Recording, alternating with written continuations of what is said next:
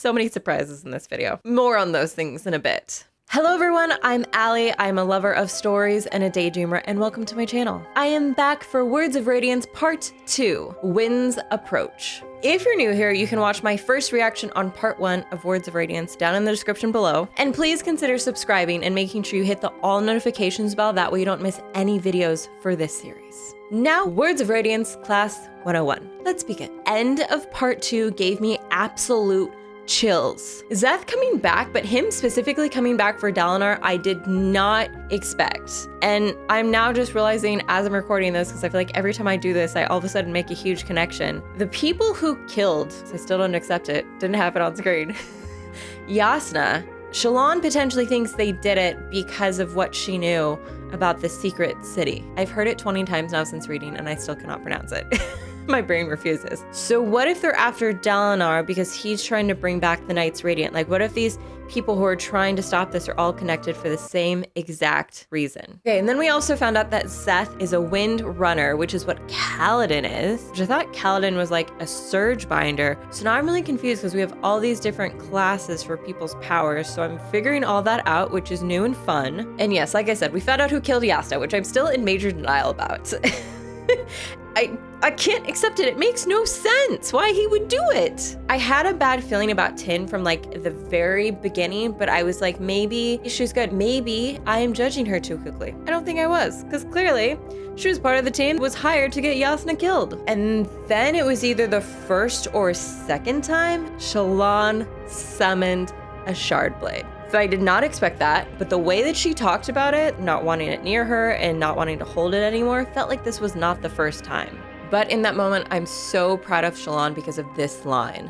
She would not be powerless again. Shallan is really finding herself in this book. I'm gonna get more into that, but Shallan took control in that moment, and I'm so proud of her. So those are just like my initial feelings up front, but let's dig deeper because that's what we're here for. So we're gonna talk about Shallan first because I really do feel like this is her book, and I know all of you guys have said that, but now I'm really experiencing it myself. So I'm really confused, and I'm pretty sure I'm supposed to be because that's pretty much my whole experience that I've felt sort of entering into the Sanderson world, and specifically Stormlight. Pattern came because of the return of the Voidbringers. Spren from his world realm are worried about this and sent him. And he needs her to remember something related to her past or with her family specifically, because he's been watching her for a long period of time. But he says, because of lies, specifically that quote. I need to know, like, what does it mean?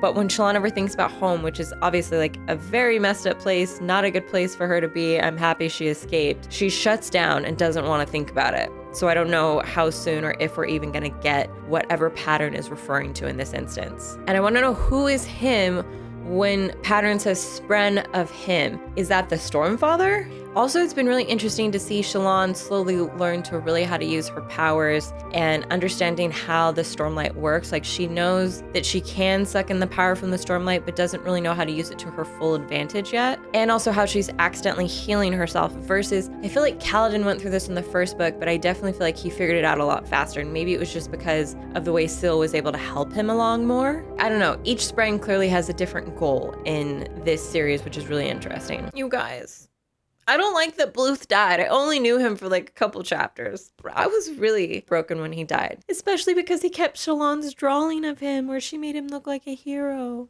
I was wrong, she whispered. You are a fine way to restart my collection, Bluth. Fight well for the Almighty in your sleep, bold one. When she literally finds her drawing on him that he put it in his pocket, he wanted to keep it. It broke me. Shallan's dad is hiding her mom's soul in a strange box. Why? And that's also really, really creepy. And then Shallan was the only one who was able to see it, which is even more weird. So I'm really excited that Shallan is about to enter the Shattered Plains, especially for her and Kaladin to have a discussion after the whole Boots moment and her with her ridiculous Horn Eater accent. Because now that like she's not with Tin, I feel like she's not really gonna follow that plan of deception. She's gonna do her own thing, which I way prefer, but like I really need to see their interaction post that. I think it's gonna be hilariously awkward and I'm so excited. And you, Shallan, she thought, everyone seems to want you to be something.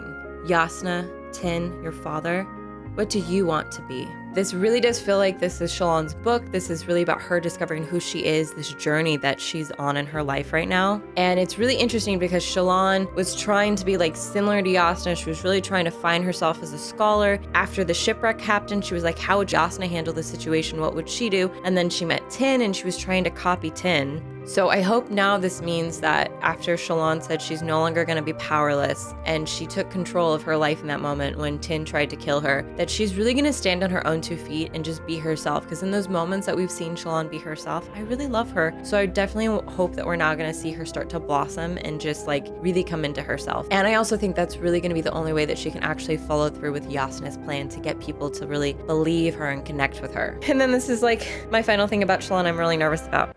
She's gonna meet up with the people that killed Jasnah. I don't know if this is such a good idea. So many possible things could go wrong. Is she gonna have her friends bandit group that she's teamed up with? Like, are they gonna be there to protect her? I'm really nervous. And now, because you all love him and have probably been waiting for him, we finally got a section on Adolin.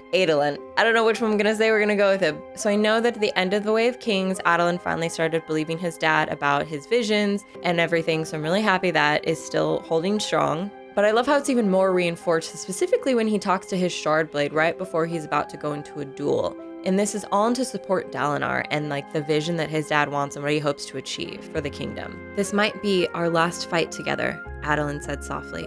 I appreciate what you've done for me.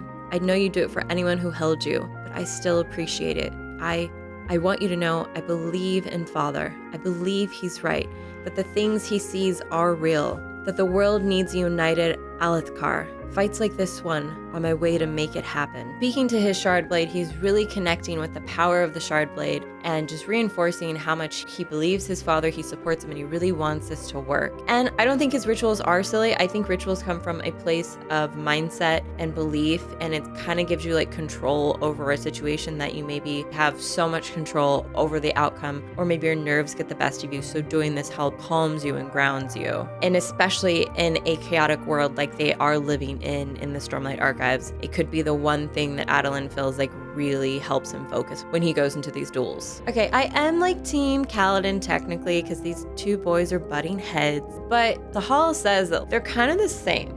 Both stubborn-headed, they both are very driven with their ego sometimes, and I think Adolin's growing on me, actually. I haven't really been able to read the book for like a whole week because we moved and I had to wait to get into the new space. I actually can't stop thinking about Words of Radiance, which I didn't ever think would happen for me with a Sanderson book ever. That's happening, guys. And so on that note specifically, I do actually really want Kaladin and Adolin to become friends. I think they could be really good friends if they got past like their bullheaded and stubbornness. Also, I think because this quote made me really sad, and let me just read it. I think this was one thing that really connected me to Adolin. Did Adolin have any true friends?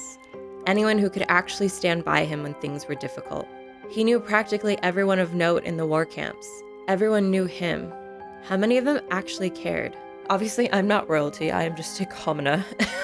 I think if you're in such a high power position, whether it was, back in the monarchy times, or if it's currently now, like maybe as like a celebrity or something, you have like this high status where everyone's kind of maybe scared to upset you, or they just want to be your friend for whatever perks they can get and not really caring about an actual relationship or connections. I think Cal and Adolin could be really good friends if they got over themselves. And now on to Kaladin. His section is like way longer than everyone's, which is really funny. Sure, I really enjoyed him in book 1, but I think something about Words of Radiance, you guys. I'm really proud of Kaladin, just like Syl is, that he told Dalinar about the truth about his situation with him and Amaran. I think Dalinar does believe him, but it's hard with little proof, and he believes that he knows who Amaran is, but he also believes he knows who Kaladin is. And he doesn't want to completely shut Kaladin down, but it's just such a very sensitive situation. So I do like that he is considering both points of views and not completely shutting it down and just being like, nope, you're lying, blah, blah, blah. And like Kaladin said, oh, it's because of my dark eyes. And Dalinar's like, I don't care about the eye color. I care about the truth and who you are as a person, which is why I love Dalinar, which is why so many of us love Dalinar. He's honorable. That's what Syl always reminds him. And then Syl just absolutely breaks my heart in this moment. The nights, Syl said, growing quiet. The nights changed. So it's not that the weapons are abominations specifically, Kaladin said. It's that the wrong people are carrying them. There are no right people anymore, Syl whispered. Maybe there never were. And where did they come from in the first place? Kaladin asked. Shard blades, shard plate, even modern fabrials are nowhere near as good. So where did the ancients get weapons so amazing? Syl fell silent. So that situation's really heartbreaking, and I think it's very similar to Pattern, where she either has trouble remembering, she can't speak it, or Cal's not ready to know it. Because after that, she says she wants to tell him, but it doesn't work that way. So it's still very vague, which is interesting. And I don't know if this is like a training thing that the Spren are doing with the humans, especially because they're so nervous for them to kind of be back in power with these things. But they have come for a reason because something is happening. This is a Syl thing. Rock is involved as always, and I squealed so loud. You all seem odd to me, Syl said lightly. Everyone but Rock, who's a complete gentleman. He thinks you're a god. You shouldn't encourage him. Why not? I am a god. He turned his head, looking at her flatly as she sat on his shoulder. Syl. What? I am. She grinned and held up her fingers as if pinching something very small. A little piece of one. Very, very little. You have permission to bow to me now. This is probably one of the most adorable lines that Sanderson has ever written for a character. I'm obsessed with it. And I'm obsessed with Syl and the way her personality is growing. And she's also just getting more cheeky. And what piece of a god? Because I think it's the Stormfather, but what piece? She knows, but she's like, it's a very small piece. You can bow to this small piece. Syl is really interesting, specifically because I feel like Kaladin has become a man of honor, but because he's still letting his temper and his grudge towards Amarin hold him back where he could be having growth, which is rightfully so. It's a hard thing to get over. She feels it's holding him back from actually being a man of honor. But you, she didn't seem to know what else to say. I thought you might be the person you were before. I can remember a man on a field of battle and a man who fought. That man is dead, Syl, Kaladin said, waving to the guards as he entered the war camp.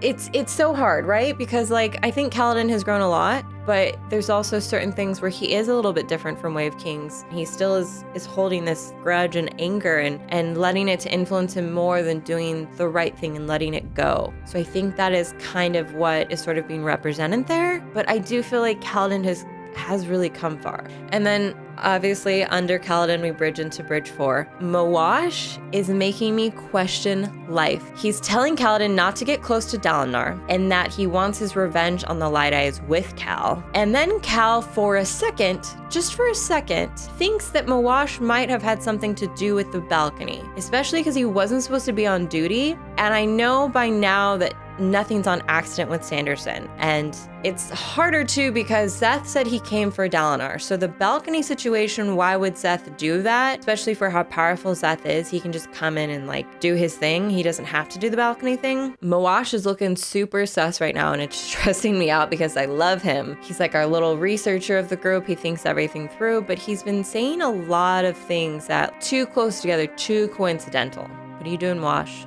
This really made me tear up. I'm sorry, Haber said, overcome with emotion and barely able to speak. I'm sorry, Kaladin. Haber, Kaladin said, you're alive. Then he noticed that the legs of Haber's uniform had been sliced through at mid-thigh, beneath the fabric. Haber's legs were darkened and gray, dead, as Kaladin's arm had been. I didn't even see him, Haber said. He cut me down, then stabbed Belge straight through. I listened to you fighting. I thought you all died. It's all right, Kaladin. You're all right. I can't feel my legs, Haber said. They're gone. I'm no soldier anymore, sir. I'm useless now. No, Kaladin said firmly. You're still Bridge 4. You're always Bridge 4. He forced himself to smile. We'll just have Rock teach you how to cook. How are you with stew? Awful, sir, Haber said. I can burn broth. Then you'll fit right in with most military cooks. Come on, let's get you back to the others. I love how much Kaladin cares about his crew, and no matter what, he will never let any of them go and find a home. And then because of his loyalty and his love for them, look how much Haber feels like he failed and he did absolutely nothing wrong, already getting teary-eyed about it. He felt so bad for being a coward, but Szeth is impossible to fight, and the only reason Kaladin was really able to come out of it was because he can use Stormlight. Otherwise, Dalinar and Adolin couldn't even take him on, and I just love Bridge 4. I actually think I need a Bridge 4 sticker now. Who am I becoming? I didn't think I'd see this day happen. So as I already said before, I love Zahel and I love the way that he's connecting Kaladin and Adolin being both very, very similar. And I also love when Kaladin shows up at his house and he's like, you need to leave because I am two different people. The person you're talking to right now is a grumpy old man who will tell you, no, I will not train you. But if you come back after I've slept, of course I will train you. Just thought that was a really relatable, funny situation. Do they have coffee in this world? Because I feel like Zahel he's my coffee buddy. Also, Zahel knows that Kaladin has a spren.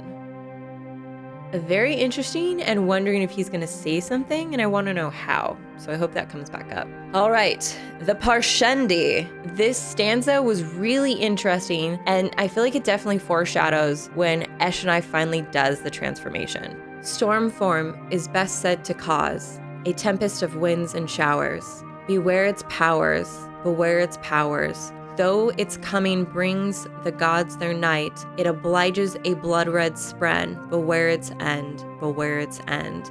Because we know that when Eshonai did it, it was an anger spren, which I'm wondering, and the only way to get Stormform is to do it with an anger spren. Here it says a blood-red spren, but that could also just be a description. Maybe they didn't know it was actually an anger spren. So that was really good foreshadowing. And then this is where it connects potentially. The spren escaped from its prison and spun around her, giving off a strange red light.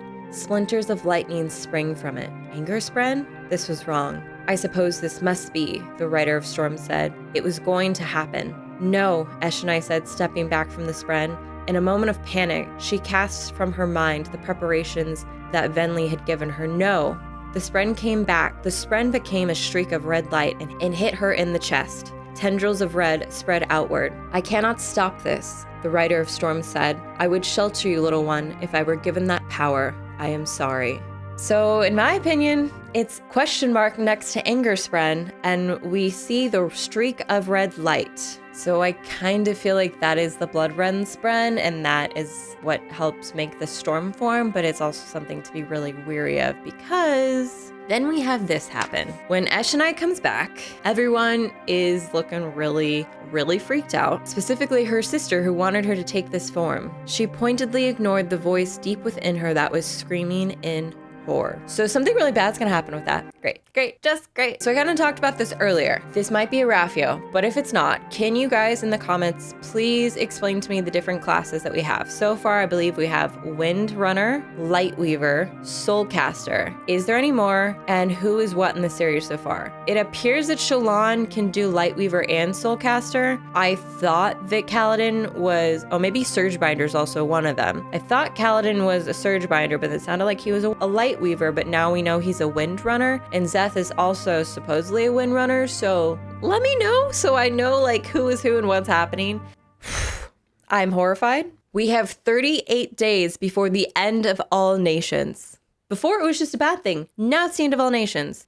What? If you would like to continue this conversation, I have an extended edition of this episode. I'm not sure how much longer, but I can tell by my script that it might be half or double. I don't make a ton of ad revenue on this channel, so supporting me by joining on Patreon or becoming a YouTube member means so much, and you can do that at the storyteller level. And as a thank you, I will give you more and more things that we can talk about from this world you love of Sanderson.